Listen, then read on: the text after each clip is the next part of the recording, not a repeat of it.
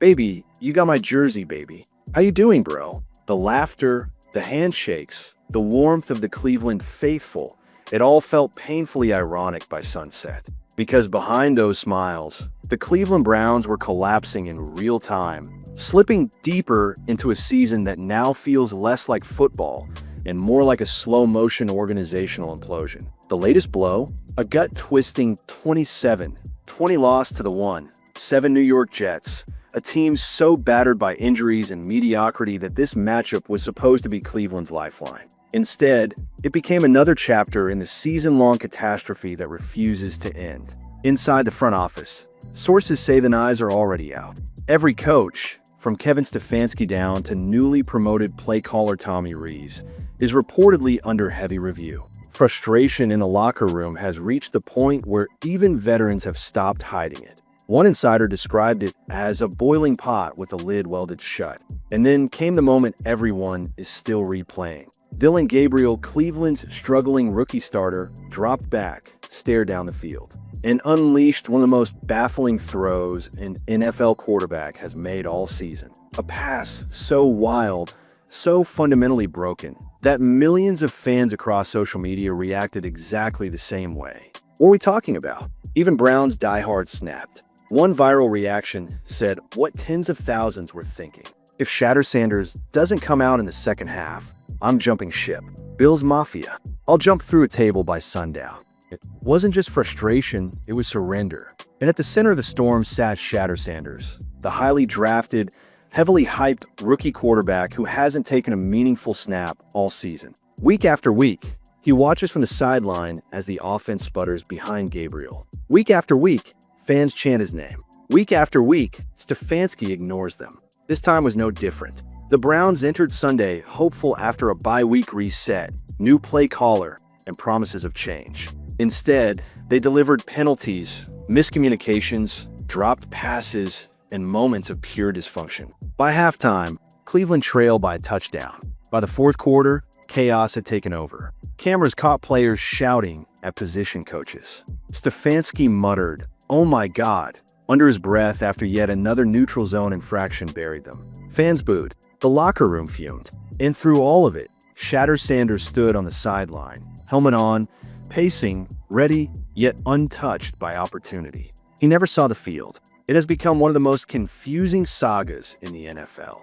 A player the franchise traded up to draft. A quarterback who electrified the preseason.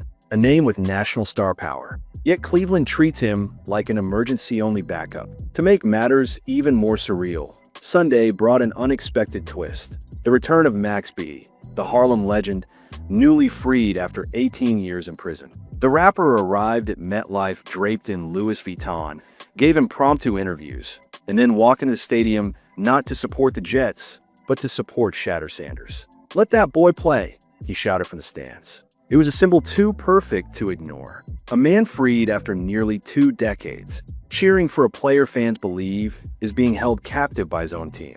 The Jets' loss didn't just sting, it detonated morale. By the time players trudged back into the locker room, insiders described the atmosphere as toxic. Several veterans openly questioned whether the coaching staff had any real control left. Owner Jimmy Haslam, furious, left his suite without speaking to the media. Reports say he immediately met privately with executives, an extremely rare move, which insiders translated to one phrase. Accountability is coming. But accountability for who? Everyone, if the leaks are accurate.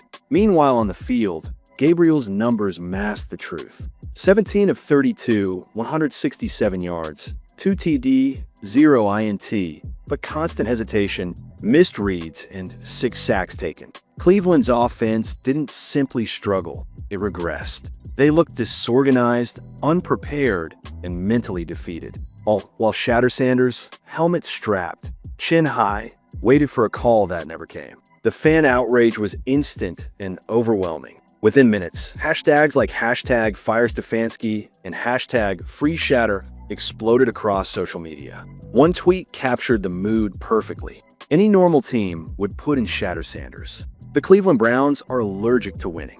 Even analysts piled on. Aqib Talib, you don't sit a talent like that unless something's broken internally. Skip Bayless, Cleveland's coaching staff is sabotaging their own season out of stubbornness. Fire them all. Local media didn't hold back either.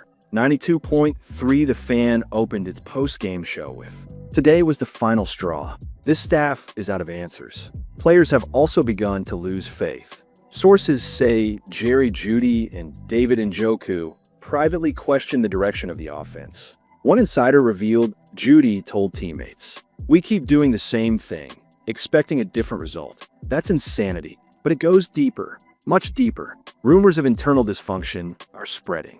Optional meetings were skipped by multiple players. A defensive starter confronted a position coach about blown assignments. Some players believe the coaching staff is divided. Others blame the front office for refusing to pivot away from Gabriel. One staff member put it bluntly, "It's not the losses. It's that everyone feels like the season's been mishandled since day one." And at the center of the mishandling, the refusal to give Shedeur Sanders a chance. Even the front office is reportedly split. GM Andrew Berry is allegedly pushing for immediate change. New quarterback, new energy, new direction. Ownership is demanding answers. And next week, Cleveland faces the Ravens, the top team in the AFC North. Lose that game, and the purge many expect may drop within 48 hours. If reports hold true, the Browns could look radically different by next Monday. The rumored emergency plan making waves through local media. Fire Kevin Stefanski. Fire most of the offensive staff. Promote Jim Schwartz to interim head coach. Let Tommy Rees finish the year strictly as play caller. Name Shedeur Sanders the starting quarterback, possibly as early as Week 11. Fans aren't hoping for this anymore. They're demanding it. Outside MetLife Stadium, a frustrated supporter yelled as players boarded the team bus. "Let the kid play. What's left to lose?" And honestly, what is left? Cleveland is 2-7. They've dropped 13 straight road games. Their offense is lifeless. Their locker room is fractured. Their owner is angry. Their coaches look overwhelmed. Their fan base has snapped. Yet, through the chaos, one figure remains strangely composed: Shedeur Sanders. He left the field quietly. No theatrics, no complaints, no quotes, just a nod, a wave, and a brisk walk to the tunnel. But late that night, a single post appeared on Deion Sanders' Instagram story. "Pressure breaks pipes or makes diamonds." Minutes later, Shedeur reposted it. It wasn't a threat. It wasn't a plea. It wasn't even directed at anyone. It was a reminder. He's ready. He's waiting. And the city knows it. If Cleveland truly wipes the coaching slate clean, the move won't just be a reset. It'll be a declaration. A declaration that the future begins now. A declaration that the front office recognizes the catastrophe unfolding. A declaration that the franchise refuses to waste another season. And for the first time in months, fans would believe in Sunday again. Max be leaving MetLife to cheers, free after 18 years. Shedeur Sanders walking into another week of uncertainty, waiting for his chance. Two stories, one of freedom gained, one of freedom denied. Both somehow intertwined in a gray New Jersey afternoon.